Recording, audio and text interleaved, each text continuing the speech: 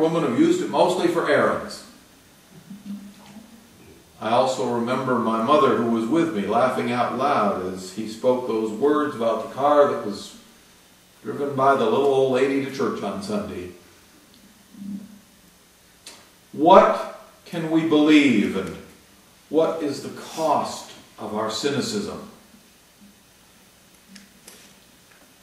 Naboth had a vineyard. From this story, we really don't know very much about that piece of ground. We don't know if it was large or small, hilly or flat, high or low. What we do know is this. Ahab said to Naboth, "Give me your vineyard so that I may have it for a vegetable garden because it's near my house." The only thing we know for certain about this plot of ground is that it was near the king's palace and the king wanted it. The other thing we know is that Naboth didn't want to give it up. Now the story, thankfully, is not about the concept of eminent domain. I work at Salt Lake Community College, and we've been expanding the campus I'm on, and we started purchasing some properties, and one day I actually had someone come in and say, "Who do I talk to about selling my house that's next door to the college?" We had another business that sits right in front of the campus on the street that the owner didn't want to sell, and it's still there.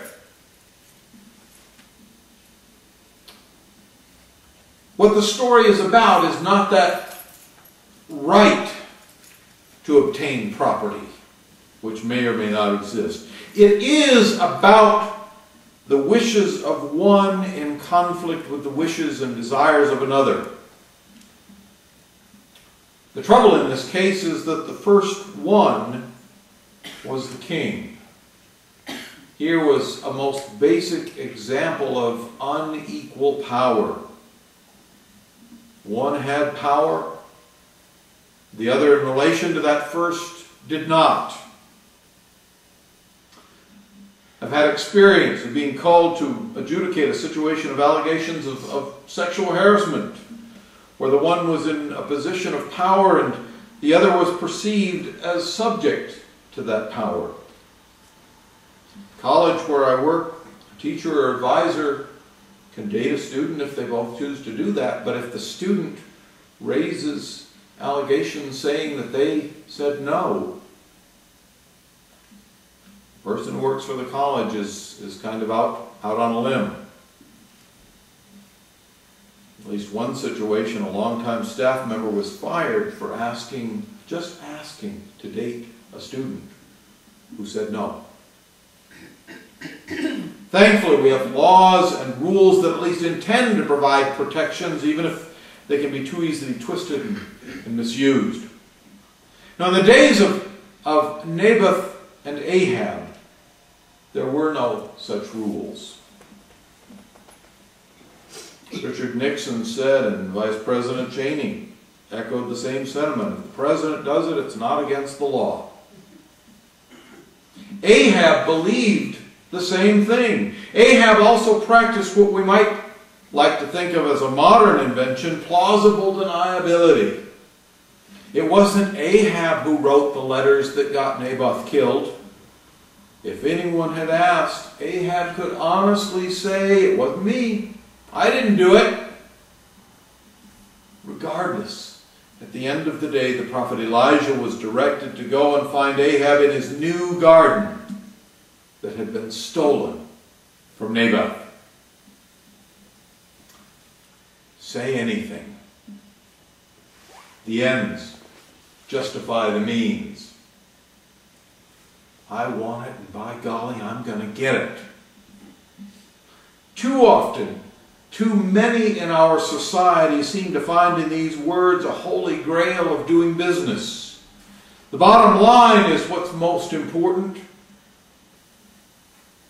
McDonald's just had to recall all those Shrek glasses because whoever made the glasses decided that the benefits of putting cadmium in the paint were more important than the health risks of putting cadmium in a drinking utensil. The whole debate over the tragic results of offshore drilling for oil. We seem to need those resources to make our cars run, but it's hard to get straight answers about the potential and lasting effects of doing it. Keep hearing more and more that it's been hard to even get accurate figures about how much was and is spewing out. There are efforts to bring more and more nuclear waste to Utah for storage, and it's tough to find clear information one way or the other about what kind of risk we face if that stuff is piled up in our desert, in our backyard. There's so much spin, so many lies that the truth is lost, and we're too often left to guess what might be the best thing to do. And here comes Jezebel. Rod Stewart took that theme and wove it into his song, Maggie May. The theme is one of betrayal, of selfishness, of my needs ahead of your needs.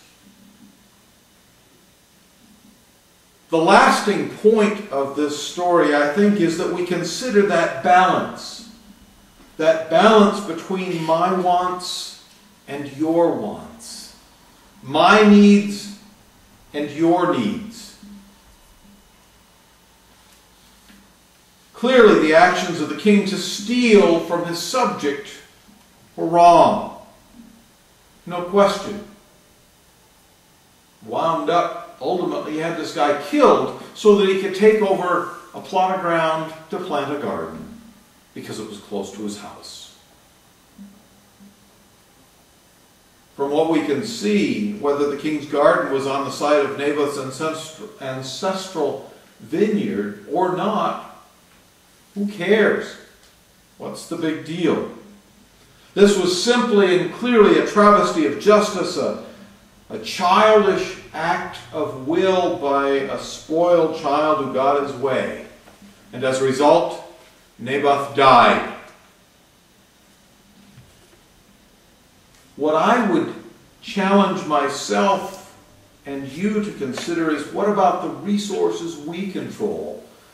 I don't know that any of us are writing letters to get somebody killed so that we can take over their property. That's not very relevant. It's easy to read this story and say, oh, the king was wrong in doing that, but what is the relevance? What is the point for you and me?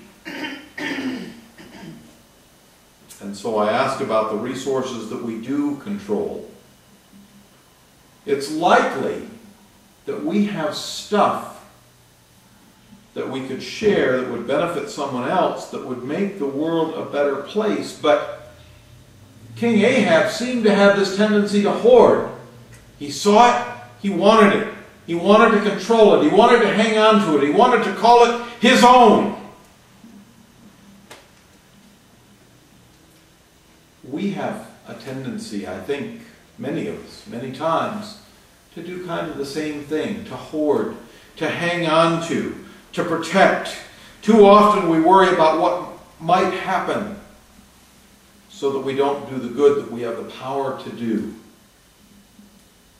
We're not making false accusations, we're not getting someone killed, but if we protect our stuff, our property, to such an extent that it just sits rather than being used, aren't we in effect doing the same kind of hoarding?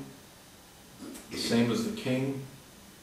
I want it, I've got it, you can't have it. Too often I fear that we say to ourselves and others, I need to hang on for this reason, or I need to hang on for that reason. We talk ourselves into believing that stuff is more important than the good that stuff has the potential to do if we share. Even to ourselves, we say anything rather than admit the truth of how selfish we have the capacity to be. That, I think, is the lesson from this story that we have the ability to learn. To not be selfish, to not be hoarders. If God has blessed any one of us, if God has blessed you, the only response is to share. When God asks us to do something, rather than just saying anything, wouldn't it be better to say yes? Amen.